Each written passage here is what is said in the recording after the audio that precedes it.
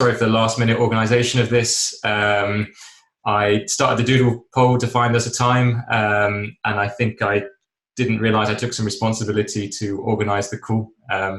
So thank you so much for joining last minute. We haven't got a stream, and I haven't been able to tweet this out to everybody before the call, but I am recording it and I will upload to YouTube at the end.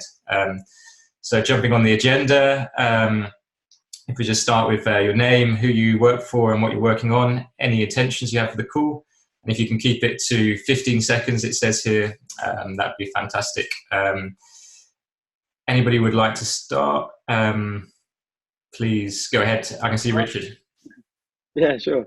My name is Richard. I'm working on a project called Balance, and yeah, just really close to getting our mobile UI out. And I've been thinking a lot about Maker and user interfaces for Maker. So yeah, excited to be here. I could go next. I'm Amy. I work at Consensus Design as Design Operations Lead, and been thinking a lot about DAOs and organization of these of like large teams. And I will popcorn to Beltran. Hey, I'm Beltran. I'm the UX designer at the ENS and Web3 designers cat herder. We are doing the Web3 design system research and that we showed at Aracon like a couple of days ago. And I will pass it on to Javier. Hey everybody, this is my first call, so it's really cool to be here. My name is Javier, and I work at a venture house. We're currently building a real estate platform, and I'm leading the design operations. And then I have a variety of other open source side projects. I'm going to pass it on to Paul. Hey everybody, my name is Paul Cowgill. I'm working on a project called Tacit, and we build native mobile dApps. This is my first call as well. I've met a couple of you before, but really excited. Let's see, I will pass it on to reemseed. Hey everyone, I'm Reem. I'm actually an analytics and database designer in Deloitte in DC. Just trying to get plugged into the blockchain design community once again. So nice meeting you all. I think I met a few of you at Devcon.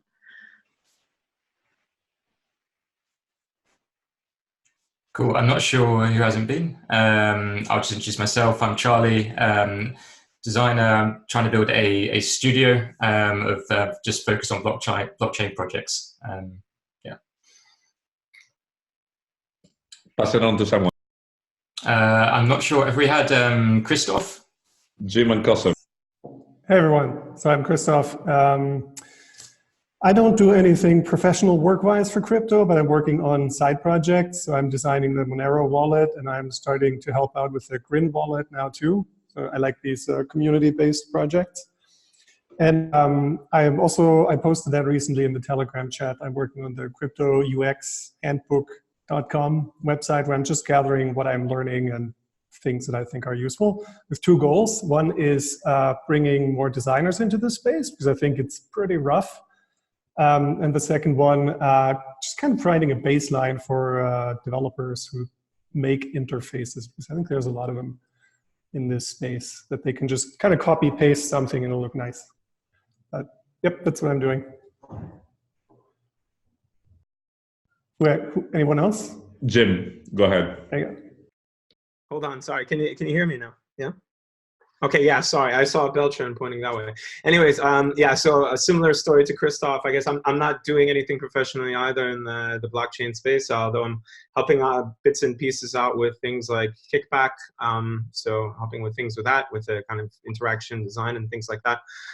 Most recently, I worked with a part of the Economist Group on smart cities visualization stuff. Before that, I was consulting for the British government, working on kind of designing government efforts, so around design systems and kind of making the mess that is the British government and hopefully a bit better.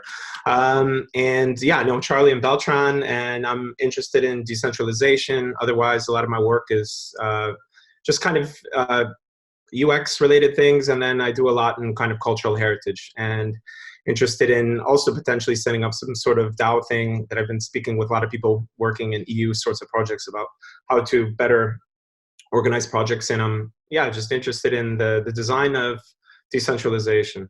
So long-winded answer, sorry. That's cool. Thank you, guys. I think we got everybody. Shout now if you've been missed. Okay, cool. So normally, I think at this stage we have a presentation from somebody. Since we didn't organise this very far in advance, we haven't, but we have got the build your own agenda.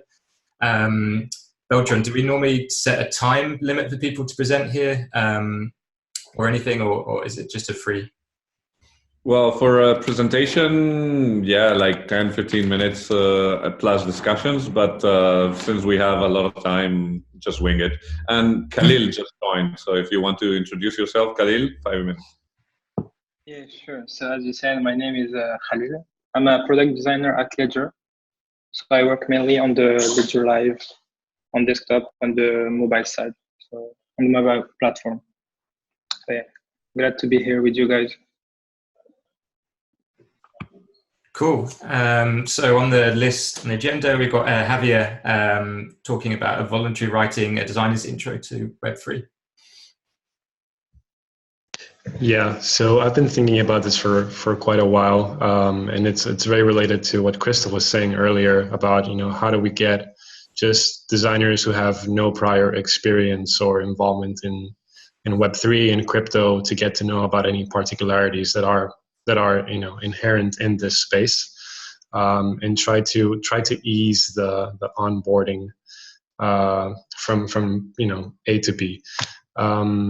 So for example, I recently watched this video, this keynote by Taylor from MyCrypto, and they were talking about this redesign that they're working on for their dashboard.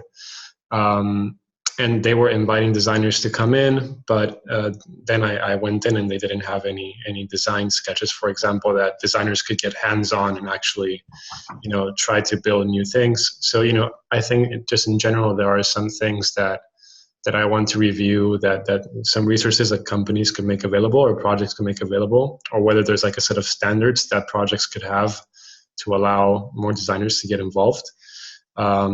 And also, I'm just curious, if I want to eventually make this a writing that could be a community writing between all of us, where we just kind of overview what the biggest hurdles are for designers to get involved, and how to bridge that to make it easier for anybody. And that includes guidelines for educational resources. It could include guidelines for projects to make certain files available, any kind of additional support that designers would need. Yeah, I'm just shooting that to everybody and seeing what all of you think. It's awesome. Amy, do you want to chat? Because you had a track on that also earlier. Yeah, actually, I don't know how many of you guys are going to be at ETHDenver, actually. Anybody? Okay, cool, Paul. So for ETHDenver, actually, I'm kind of re-hosting that. A lot of my focus was on education for designers specifically. So right now at Consensus, we're trying to build a technical track like for designers, explaining to designers what are some of the constraints in designing the space. Prior to that, so for ETHDenver, what I'm putting together right now is kind of a pretty high level. I'll share with the group in a second. Kind of what are some wish lists and problems in this space, going off of some of the stuff from our conflux, but mostly what we're trying to do is for the hackers, we're going to have a design lab at ETHDenver for just like generally just design. And instead of the hackers kind of being like, hey, what should we do? We're going to help host this mixer in which we give you some of these problem statements and kind of wish lists of what designers in this space have also asked for in terms of usability. And that way they have a starting point of where they can work on like real problems that are currently existing that can help move us forward instead of just like adding to new solutions, looking for problems kind of thing. Let me just share that Airtable with you guys in a sec.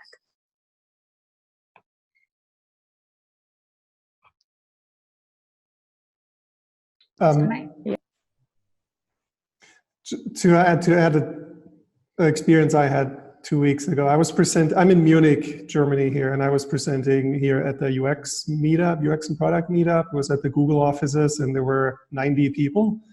And so I talked about how I work with the Monero community, how things are on GitHub, and you get feedback on Reddit and all this stuff. And I kept it very light technically, and the majority of questions was, how do you even work like that? So I think just the idea of how you work in a community that's completely spread out and where you get feedback from random people and you just have to put things out there is also something very unfamiliar. And that might be, it's just also something to cover for that entrance point. You mean about being decentralized, like working decentralized? Yeah, just questions about who makes decisions, who decides what to do next, how do you get feedback, how do you respond to feedback, do you like getting feedback from people on Reddit? If you work in a decentralized group, how do you handle design critique if you can't see people, if you can't put things on walls? All these things that people expect in a more agency or studio-based work setup. I know for us, we at Consensus, we have facilitators that are specifically great at like remote facilitation. So we use a lot of tools like Mural and run workshops through Mural where it's kind of this like post-it situation, but digital. The other options are we do try to consider having like an offsite once in a while because there is something really nice. And I was talking to the Aragon team as well, where they have quarterly offsites. And so once in a while we try to do one of those things. And I think last year was probably these conferences where we would try to do that. But given everyone's kind of exhausted from travel this year, I'm curious as to how we're going to pull that together. I think the hardest thing is us trying to gather a working group to do something versus like us just kind of talking about it. If anyone has suggestions for that or ideas for that, I'm open to it.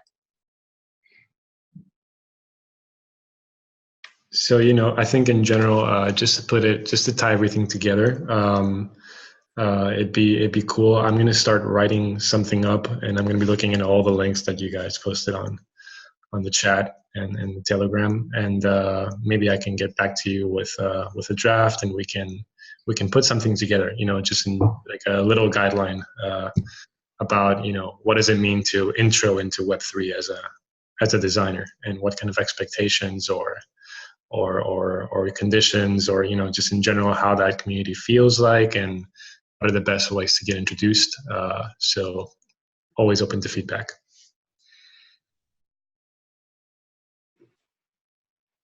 Cool. Oh, go ahead. Yes.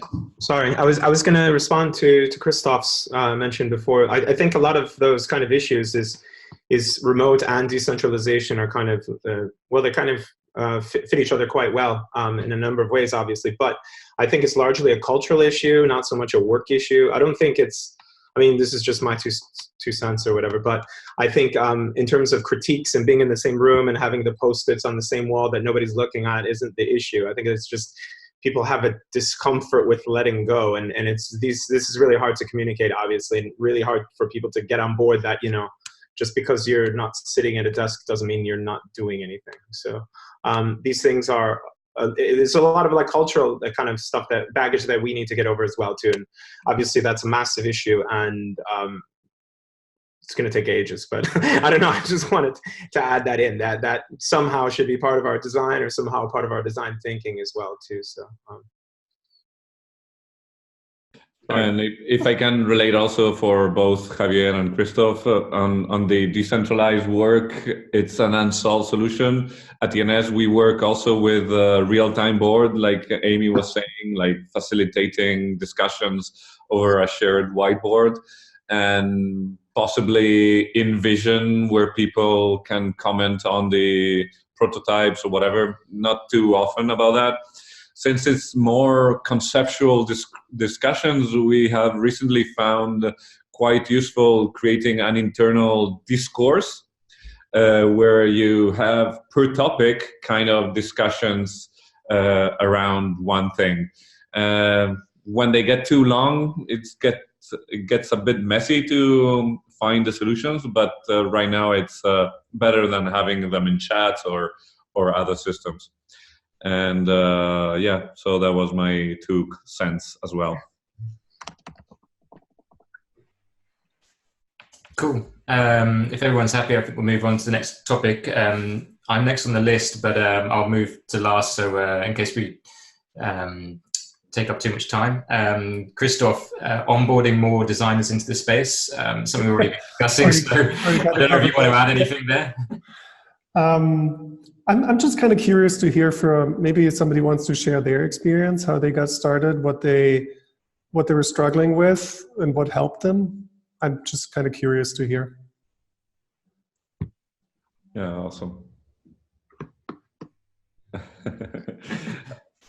I can go forward. I got started because the DAO in 2016, the UX was really, really bad.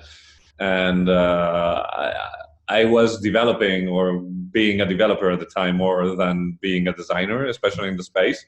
And I meant to say that we started to need designers in the space. And so I just moved the shift and wrote the principles. But something that I've noticed along the way, and also in the research for the Web3 design system, is that you need to understand the technology. There is one insight from people that have tried to use the Web3 design decision framework, this mental framework that we presented both at Devcon and Aracon, that new designers, new to the space, have a hard time using it because it's difficult for them to understand what is important for decentralization and what is a technicality. Designers have the tendency to say, hey, let's hide the complexity, let's hide the technology, people don't need to care. But there are certain things in this space that don't relate to just how technicalities, the technicalities of the blockchain, how the blockchain works, but relate about how decentralization works. Like one of the common questions users had where people were asking to the dApps, can you reset my private key? Which speaks about not understanding what this whole thing is for, you know? So this process goes for both users and for designers. There's a moment in which, a phase in which we don't understand what is all this and why we're doing all this. And so this is something to help onboard designers to understand the whys of decentralization, at least in my opinion. And for designers especially, I think you need to understand also the technology so that you can make those choices, where to hide and where to show or where to explain better. My opinions. Anybody else? I think also just general documentation really helps. You know, I mean, obviously, if a project isn't documented well, and the project isn't transparent about where it needs help and support and where its problems are, I think just in general for anybody to get involved, it's complicated. And also, as I mentioned before, like I'm personally really hands-on on tools. So for me, like the greatest thing to do is just be able to download a sketch file and, you know, just play around and just listen to what people are saying about a specific product, you know. And I do this also for other products that are not necessarily decentralized. I will go into reviews, I will read user reviews and, you know, look at what people like and what they don't like. And then I'll try to actually, you know, build something that solves those problems. And I think just having those source files available makes a lot of sense in terms of just getting more ideas out there. Yep. I'd like to personally hear from Reem. I know she mentioned some concerns from Devcon, so perhaps you could build on that. Yeah, actually, I was just about to jump on.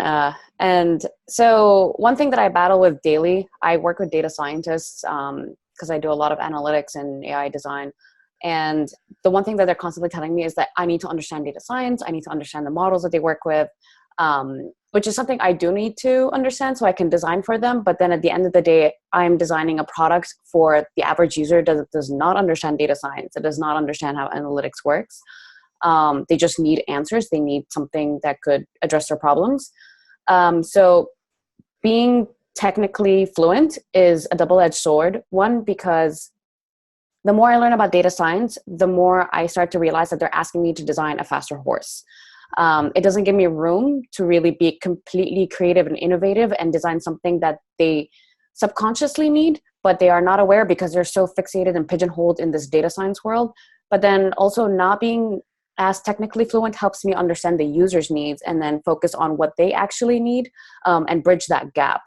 So I think being semi-fluent in, at least in the blockchain space, and being able to design for the developers that are building the blockchain, but then also understanding what the users needs is more critical, and just removing yourself because of that information bias. You assume users understand blockchain. You assume that they understand why it's important for them and why it's a better solution for them than the alternative. You're so fixated on the blockchain's capabilities and you're not giving yourself room to be innovative.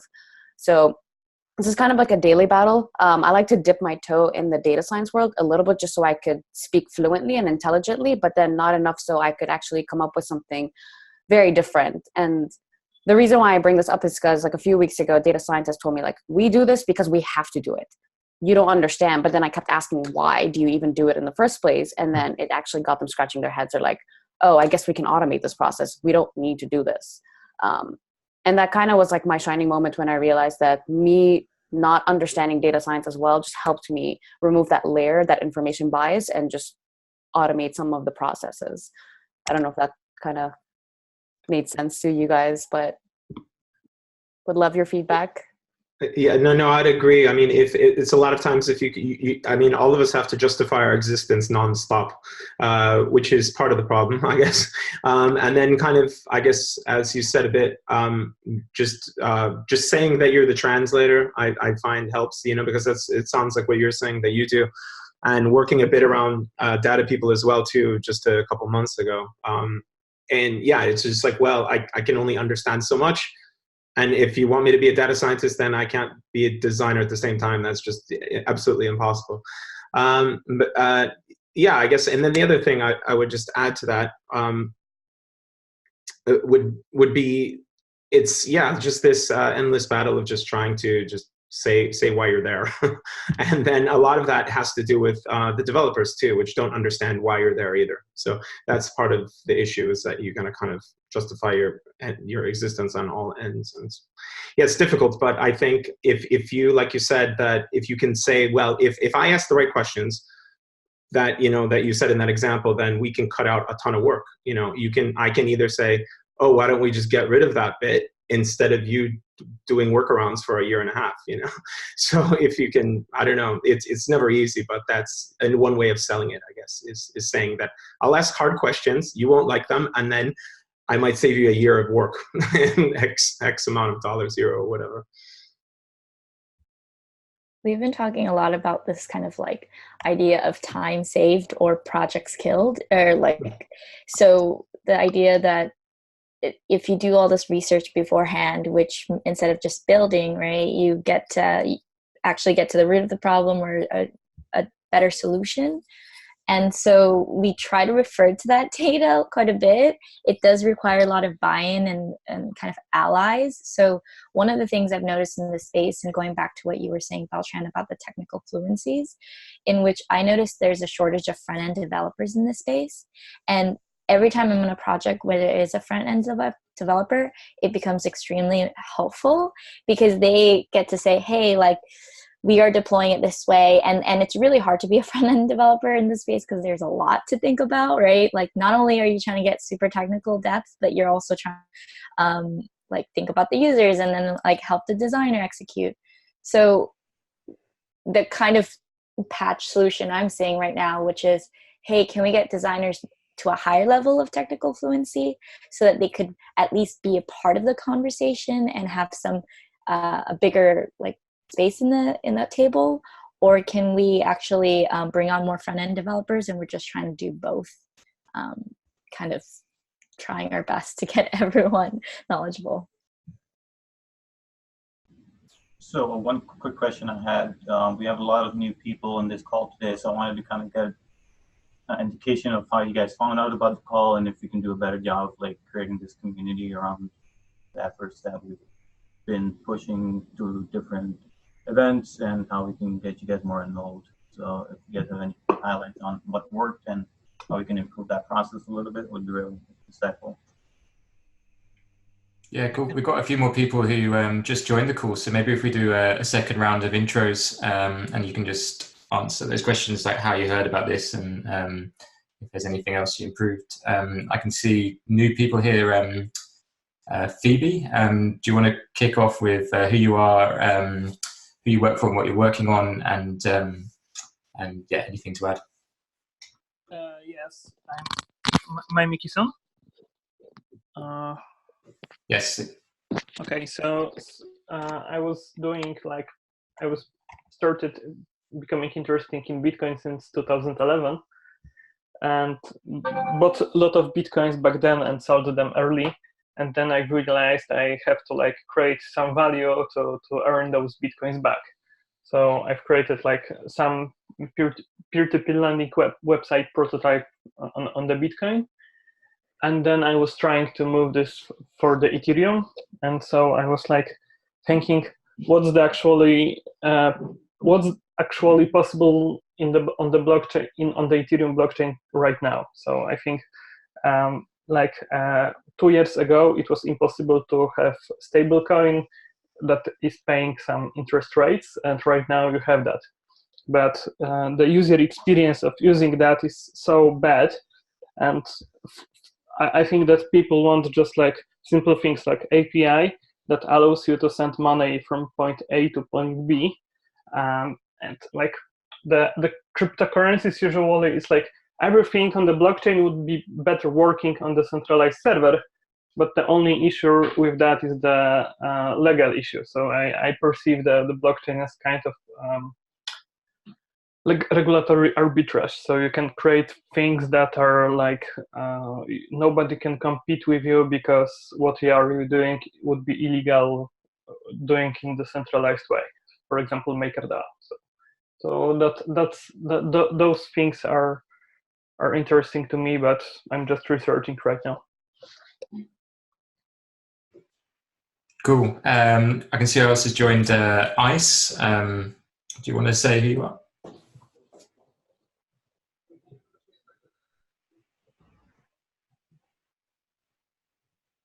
I'm not sure if you're talking, but the microphone's muted.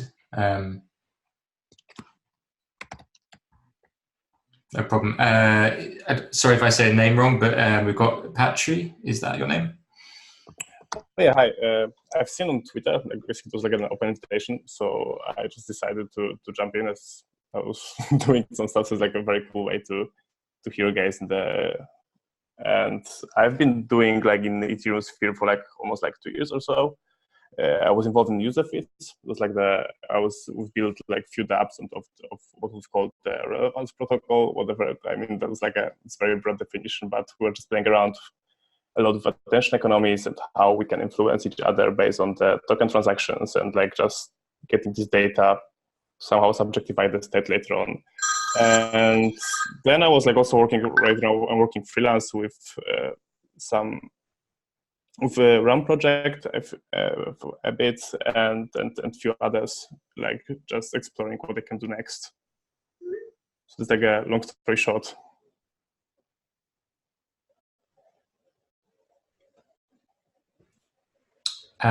Cool. Ivan, I can see you joined. Hello there. I'll turn on the video. Hello. Yes, I'm afraid I have little to say. I work as a designer in Onda. We are bringing the power of blockchain into energy trading field. I'm curious to see so many people. Do you have a sort of community where you talk to each other? Beltran, do you want to introduce the main bits of the community where the conversations are happening? Do you have some channel, maybe on Slack, maybe on Telegram, where do you chat with each other? Yeah, we have both a forum that is called conflux.network, discuss.conflux.network. I will post in the chat the links. And we have a Web3 design Telegram group. That is, of course, as Telegram, we need to add you one by one or send you the link to connect you. Well, cool. I'll add you if you look for me. I'll send you a message and you can and I can add you there. Well, thank you. So the link to the chat on the right. Yes. So here in the chat for everyone, this is the Conflux network. Actually, this is the post on Conflux network where we were talking about education, designer education, onboarding new designers. So if you want to add your thoughts about what we discussed earlier, you can add it there also. But there are other posts. If you go up to discuss.conflux.network, there's a full forum. You can sign up, ask new questions, engage with the current posts, etc. And for the Telegram group, I'll post here the link as soon as I find it. My own link here. Let me find it. You keep going, and I'll post it there. Cool. Just looking, I hope I haven't missed anybody. But looking on the list, Javier has written down organize a local meetup in Berlin. How are you going to kick that off? Yeah, so this is just more of an open question about just sort of local interactions with local communities through like the Web3 design group. Is there any intention to encourage just like anybody in the community to organize their own local meetups, and then maybe we could have like a shared Google Slides that we could everybody go around and in their own city present that same thing, so we can get different feedback from different people. Like for example, I would love to introduce like everything that Beltran has been talking about last week at Aracon, and talk about the different layers of technicalities. If we could have like this shared resource and introduce it to each one of us, dedicate like one day a month to organize a monthly meetup where we come together with other designers and have this conversation, and together we can make a common pool of resources. I think that would be very interesting. So I'm just curious what you think about that. So to comment just very quickly, I want to hear everybody else's voice, of course. The guidelines for what is good practice, what are good practices in the Web3 space, needs still to be written. There's a bit of everything somewhere. Christoph did a very good job on that front. I wrote the Web3 design principles. We have the Web3 design framework. We are trying to coalesce around one unique place. And for now, our place might become the Lorikeet design system that wants to have also a design system, guidelines. Amy maybe can speak for the consensus Reem design system team as well. So we can start to build a common slide system for everybody to show, but I think we need to do a few steps, like what goes onto those slides, what is appropriate, what works, what not, etc. So what do you guys think? Probably also really depends on what type of audience you have. If you're, let's say, in Silicon Valley and everybody's product designer from Facebook and has been working in crypto for 50 years, then it's different than if you have a general audience of just people who like design. So just kind of touching back to what Amy was talking about as far as working groups, I think instead of meetups, we could facilitate more in-person working groups in different cities. That might be more beneficial to what we're trying to achieve at this point. So perhaps if someone has a strong interest in getting education off the ground, perhaps we could coalesce around a certain city like Berlin, which does have a lot of connections and a lot of activity. And those people could kind of spearhead that effort, and then we kind of split and navigate between those.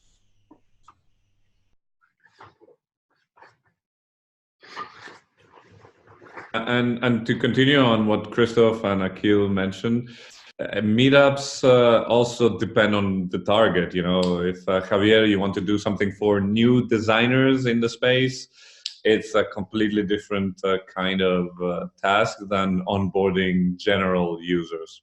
We share similar things, of course. We all need to learn the basics and have the common questions. But I think designers need to understand a couple of different things more than just the normal people, you know, especially in how you reason about Web3 designing, creating dApps, etc. So yeah.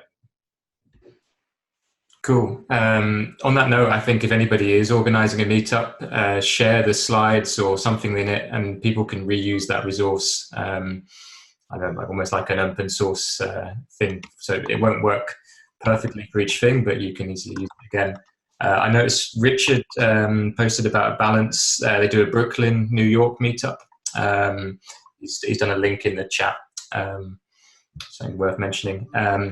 One of the things that the next one on the list is Paul. It says, which projects have component designs publicly available? I know Beltran just mentioned Lorikit and Rimble, the systems, but Paul, maybe you want to lead that topic. Yeah, sure. Relatively simple topic. I know of those two you mentioned, but I figure there are a lot of projects with like a long tail of projects with not the highest profile GitHubs, but they probably do have a lot of public designs available, public designs and public live code. So if any come to mind off the top of people's heads, I'm curious to check them out.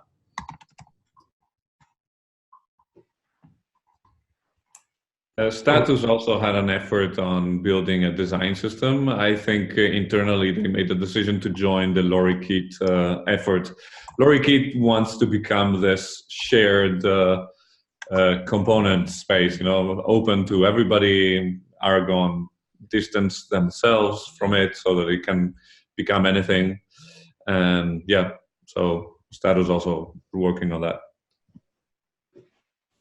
Cool. Anybody else know of any other front-end or component libraries available from any other projects? Or design libraries. Like, it doesn't necessarily have to be stuff that's actually coded up.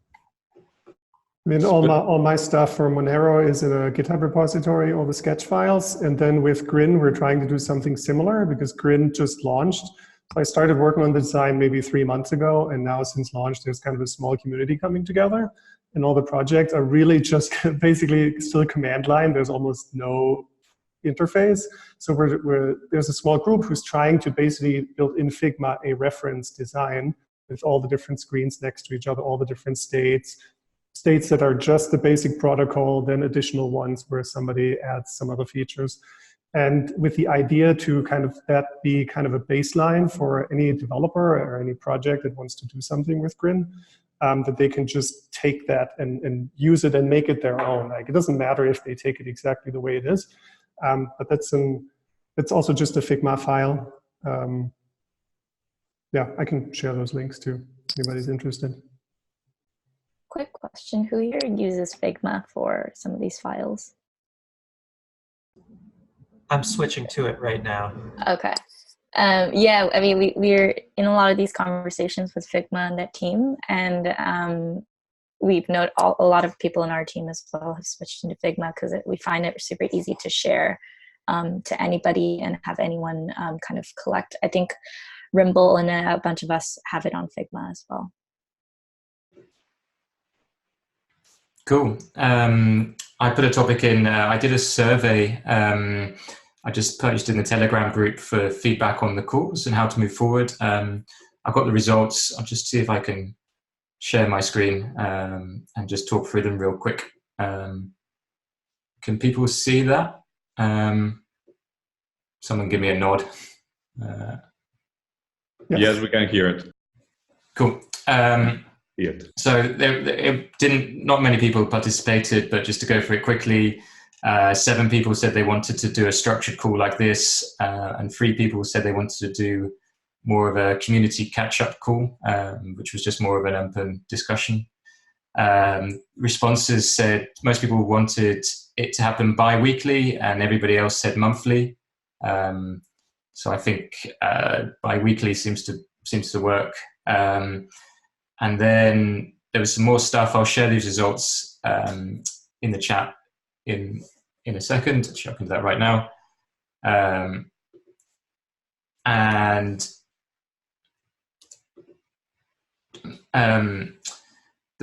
We asked if people thought we should record the call. The overwhelmingly 70% said to do a summary at the end, and the rest said to do all of it. So I'm not sure where to go there. And the community catch-up call, the suggestion was to do it monthly based on those results. That's about it really. I don't know if anybody wants to have any other input on how we should run these calls in the future. This would be a good time to discuss it, I think. I'm just short on time, so I like the structured ones. Just a quick thought. I think more could be done on Twitter. I think I only knew about the Telegram after going to a conference, which isn't the most accessible thing for everyone price-wise. And I only knew about this because I was in that Telegram. So some kind of concerted effort to broadcast these might be useful, at least for the community catch-up ones. Definitely. I'll put my hands up on this one and say that it was poorly organized by me. There's actually a format with some tweets to send out to organize it a bit better. I didn't know. Next time round, we'll make it more public. And one question connected to all this is, at the very beginning, when we created the open source Web3 design Telegram group, we thought of a lot of people like Akil, Mitch, who promoted it, myself, etc. We thought of keeping it ultra silent so that we could onboard only designers and designers really working in the space. And there was a moment in which conversation were kind of getting messy. There were 3 conversations at a time. Now they got awfully quiet, like everybody has muted the Telegram conversation. So my question to all of you is, do you think we should make it into everybody joins a mega group, or move on to maybe a threaded chat where we can talk about different topics? We already have like 8 different sub-channels for onboarding, for reputation. There was all the things for Devcon. So there's a lot of different design topics going on. And so what do you guys think? Open to everybody, multi-chat, or let's keep the conversations quiet? I'm a fan of threading, and there's probably value in having both. You can still have a secret one, but there's value in a public one too. So, yeah. Anybody else? I think a mixture. I like the idea of having the structured call very much like you almost apply for a presentation, and we can keep it very focused, and then having a more open, hey, how are you doing discussion, which anybody can just join. There's a simple link. Having both seems to make sense to me.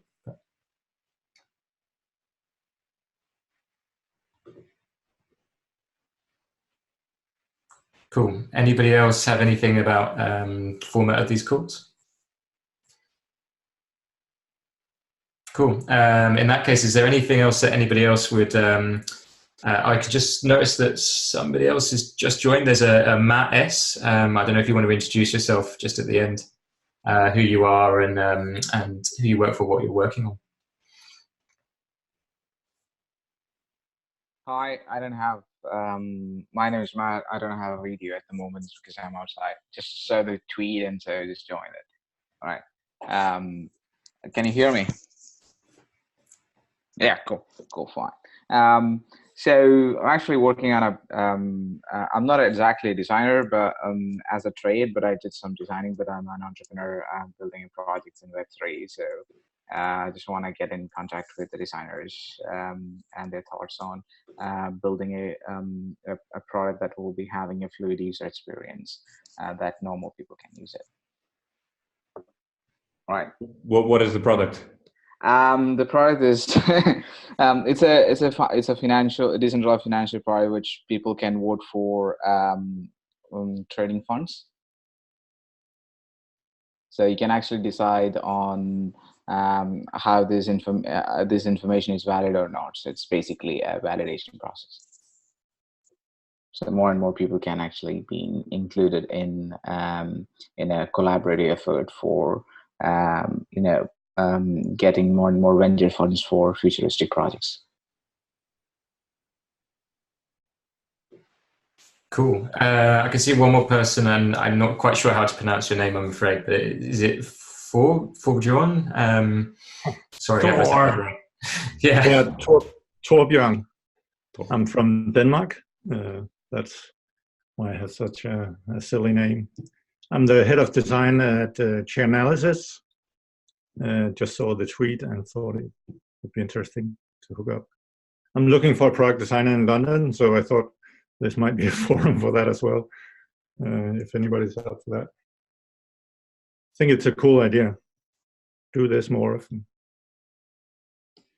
There are like 6 or 10 different calls already recorded from last year. We tried to do it bi-weekly with some low times, but there are past calls.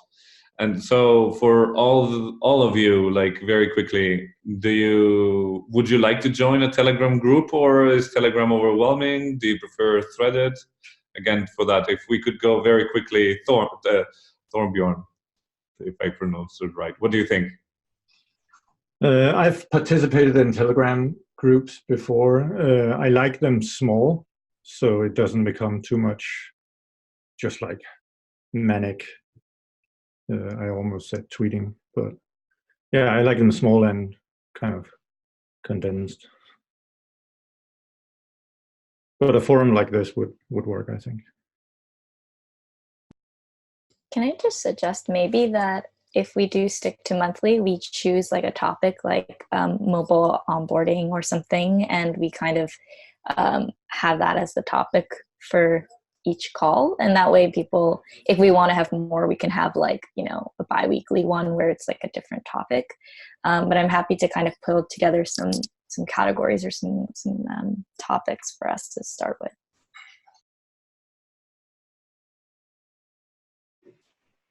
Sounds good. Yeah.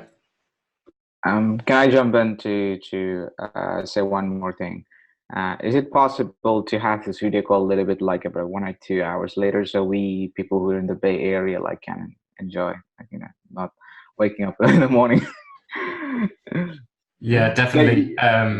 So you would actually get more chance to more developers to come and join, like about 8 in the morning, something. If you can accommodate it, that would be great.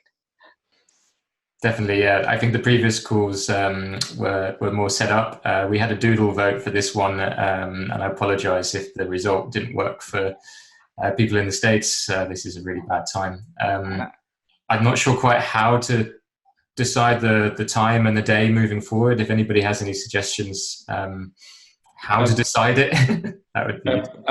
Apparently, the Twitter got more visibility than the Telegram group, so maybe we can relaunch a doodle or a Google form for everybody in the Web3 design community on Twitter with some maybe 1 week time or more to connect. The timing was a big issue also because last time we were doing at 10 a.m. LA time, San Francisco time, so that everybody also in San Francisco, like you mentioned, Matt, could participate. But we were completely excluding Asia and Australia. And there was a time where we tried to have also one call targeted for the Australia market or time zone. And unfortunately, it didn't quite pan out for the organizers. Didn't have much time to rally the people. But I think we will need to have these maybe 2 different time zones, so that yes, we try to bring in people from San Francisco and maybe also people from Asia, that we don't have anybody who is working in Thailand, Hong Kong, Singapore, and China. Thailand in these conversations we have never had, so that's kind of a pity. Well, actually, maybe we had, but maybe what we should do is what we could do is have it mixed. You know, have one call where you're focusing on one specific audience, and then 1 month later specify just simply another time, so you give at least every now and then somebody a chance to join in their own timing. Sounds good. Or even running 2 calls on the same day at different time zones, and you can pick which one you want to join in. If people want to present something, they might be quite keen to present it twice to a larger audience as well. So I could see that working. I'll happily do another doodle. I think last time we had a very big doodle with days alongside times. So I don't know if it's a good idea to set a day and then choose just a time on doodle. It might make it a little bit more accessible. Yeah, I can see people nodding. Is Monday a good day? No, it's not. Would Wednesday be a better day? I can see a few nods. Is anybody against a Wednesday? Cool. In that case, then I'll start a doodle and Twitter. If everybody could share it, that would be awesome. Cool. I think we've almost been an hour, so it'd probably be a good time to wrap up, unless anybody has anything they want to say at this point. I have a question. What's a doodle? Yeah, sorry. Doodle is just it's a voting thing. It's just a web page where you can easily set up different selections, and people can vote on what works for them. So it's just an online poll. Yeah. So it's a new blockchain. It's not blockchain. It's very centralized. Sorry, guys. Matt, go ahead. So why don't we just set up a Google form and just ask people to join and put a schedule and tweet it out. So let's say we do have a couple of calls like this, but not related to designers, but other things like the curation community and stuff like that. We have people from all across the world, like from San Francisco to Cape Town to Africa to everywhere.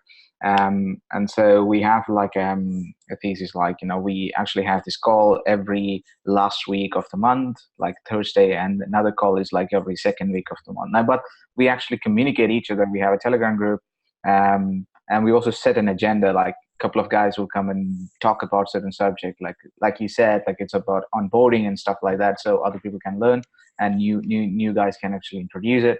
So this actually was working for us. It's in a really good way. So just this is my just 1 cent to you guys. Like, you can take it or you can do it whatever the way. But it was actually really good for actually Google Form works for us. What time do you do it?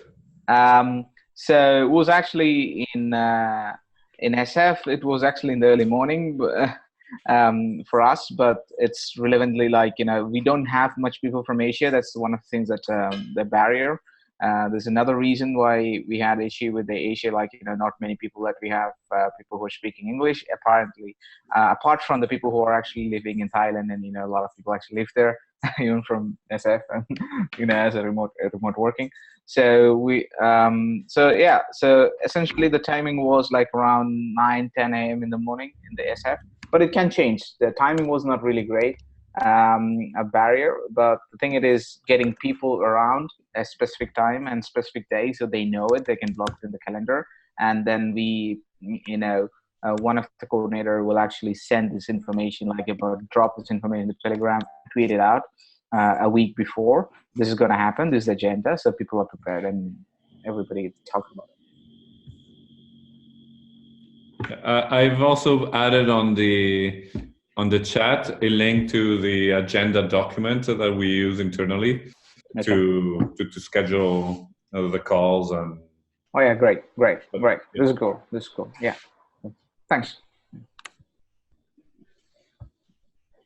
I have a quick question, guys. I'm just curious. How did you manage to get your hands dirty when you joined like your company and start working on blockchain product. Did you have any like resources or documentation from the engineers or from the head of design, for example, or something, or you just were autonomous, so you Who just is start this question working? for? Who are you asking this question to? To everyone. Like I assume that everyone here is a designer working in the blockchain industry. So I joined like Ledger 1 year and a half, and I was new to the blockchain field. So it was a bit hard for me at the beginning to understand all the concepts. So I had to learn by myself. I was just curious to know how did you manage to start working like in your company, because I had no idea, like when I joined I had no idea about the Web3, so it was a bit hard at the beginning, but anyway I managed to create something good that adds value, but it's always hard to follow and learn all the concepts and be aware of everything new, like in the industry. Yeah, it can be a bit of information overload. It was for me when I first started, but it was just experimenting with different applications, which was Shapeshift and MetaMask, and being like, what the hell is going on? And talking to friends and saying, please help me. That was my experience. Okay. I think it's easier when you don't have a hardware device. Like for me, at Ledger we have a hardware device, so there's always this connection between the software and the hardware. So it's always hard. Like we need like to have a good user experience in the hardware and also a good user experience in the software. So and it should match. So it was a bit overwhelming at the beginning, but. Have you seen Frame, the signing provider for hardware wallets? Frame? Nope. I'll show the link. All right, thanks. And in Paris, like there is barely no designers in the blockchain industry. Maybe at Consensus, if I'm not mistaken. I think there is like 1 or 3 designers in the Parisian office, but never met them. I tried to go to meetups, like to different design meetups, but never met someone working in the blockchain industry. Same here. If you come to Paris, sometimes we can do like a meetup or something, organize a meetup or something. That would be cool. There's actually a conference, ETHCC, that's happening in March. I'll be there. So happy to link. In Paris? Yes. It is in March, the first week of March, like 3, 4, 5 or something. Yes. Yeah, right. So there's 2. There's ETHCC and ETH Paris, or am I getting mixed up? Yeah, and then there is an ETH. So it goes ETHCC as the conference, and then an ETH Paris coming up. It's a hackathon. It's a hackathon. It's a hackathon. ETH Paris, right? Yes, it's in Paris. It's in Paris. Okay. Yep. Oh, cool. But 2 things, like Amy was saying, it's a conference. CC, it's community conference, ETH community conference, and then there is ETH Paris, which is a 2-3 day hackathon. Oh, cool. All right. And they're consecutive, right? Yeah, I'm pretty sure they are. Yeah, as in like, so it's like 3, 4, 5 is the conference, and then it follows the weekend of the hackathon. All right, guys, thank you so much. I will try to take a look at it, and maybe some of our engineers or someone from the team is going to the conference. I will try to go as well, or maybe the hackathon. It will be good. All right, thanks, guys. All right, thank you, guys. Nice to meet you all. Nice to meet everybody. Cheers. See you. Awesome work, Charlie. Thank you very much. Thanks, guys. Sorry to be disorganized at the beginning and the last minute scheduling, but looking forward to the next one. No problem. One thing, when you save the recording, it will save also the chat. So okay. It will convert it and everything. Alrighty. Is there a good place to publish the chat?